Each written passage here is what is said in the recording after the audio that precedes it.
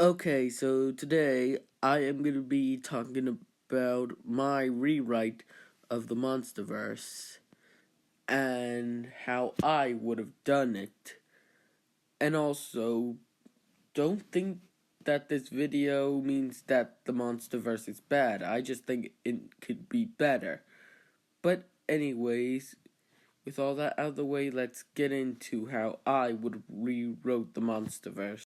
Okay, so our first movie is gonna be King Kong, King of Skull Island. You're probably wondering why I'm picking Kong other than Godzilla. Well, it's mostly because that Kong works better as, let's just say, the main face of the MonsterVerse than Godzilla. I am not saying Godzilla is bad in the MonsterVerse.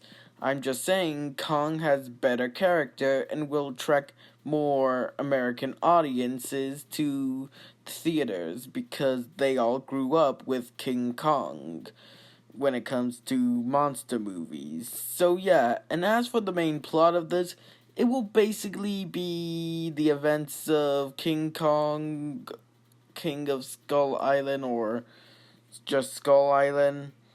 Okay, so it's just gonna be the plot of Skull Island, but through Kong's perspective. Like, it will begin with his origins, and it will be just him just trying to find Ramarak or the giant skull crawler that killed his parents and just kill it.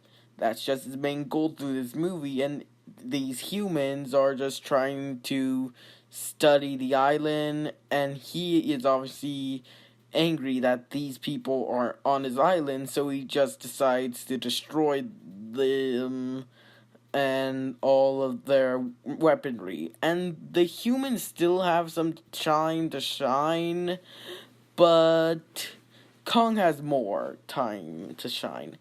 And yeah, it'll be basically just him just trying to kill the mother Skullcrawler because of his whole vengeance story. So yeah, he will get that arc, and the villain should just be Ramarak. Like, it should just be this giant Ramarak skull crawler. Like, it should just be Ramarak. Like, no human villain. Like, there are humans in here, but they aren't the main focus. They will help us with a bit world building, but they won't be, like, the main stars. Like, also, this takes place, like, in the 1920s. But anyways, let's continue. Next is Godzilla, finally. But anyways, this will be basically the same as 2014, except for a couple changes. For one thing, Joe Brody is the main character, and his whole other family doesn't exist. It's just him. So basically, him and his friend from college, who is also a college teacher, Dr. Sarazawa, are trying to find out who was the cause of that event. And Sarazawa connected it to some sets of dorsal plates spotted in the Pacific, deeming it as the Gojira or Gojira.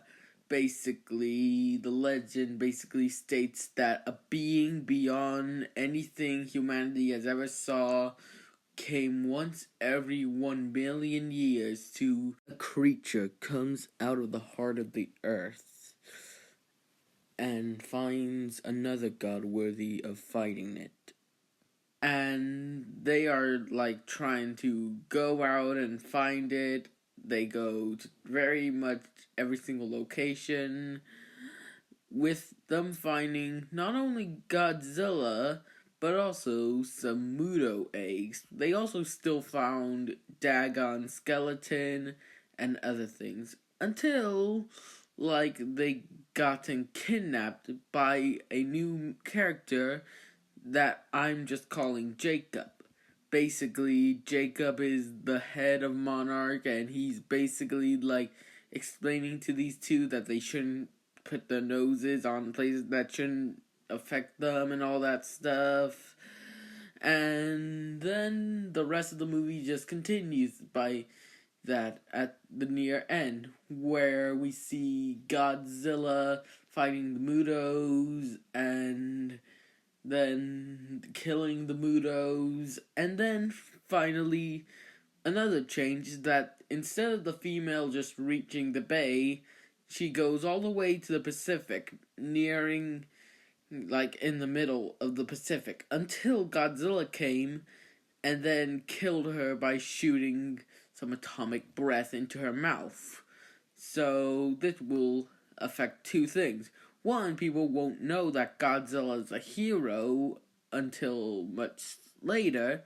And two, to set up another new movie, as the post-credit scene shows the hole that Godzilla made is starting to glow, and a hand of a kaiju comes out of it. And that brings us to our next movie, and that is Pacific Rim. And in short, I'm going to change nothing about it, except that now it takes place in 2024 and not 2025, because it only takes place around 10 years after 2014. But anyway, now our next movie will be a Gamera movie. Basically, this will take place during the events of the Jaeger program, and Gamera will come from space, from a meteor, and these two boys found Gamera named Jason and Roderick. Now, these two take care of Gamera, but once they realize that Gamera is actually a kaiju, they need him to leave because they don't want him to get killed by a Jaeger. But anyways, he does leave, and then after the event of Pacific Rim, he comes out and protects a specific city. The city is where he was raised at, and it's where the boys still live. But anyways, he protects the city, and then a kaiju from outer space comes down and he's trying to kill Gamera. And then he was doing that, but thanks to a sacrifice from Roderick, making him dead, and the love of all the people that he saved, he gained an amp that let him win the battle. So yeah, that's the entire movie. And our final movie to end this phase is Titans All Out Attack. It will be similar to King of the Monsters, except with better lighting, and also King Ghidorah's origin will be different. Instead of him being sealed in ice, he was sealed in Jupiter, and now he came back out of Jupiter to kill Godzilla. And it is overall a Titan movie and not a Godzilla movie. Our main characters are Ghidorah, Rodan, Mothra, and Godzilla, with some human characters who are just going to be the same. And Jacob's also going to be here. And that's relatively all of it so far. But yeah, that is the final phase, or the final movie of this phase. And that's the end of this video. Bye.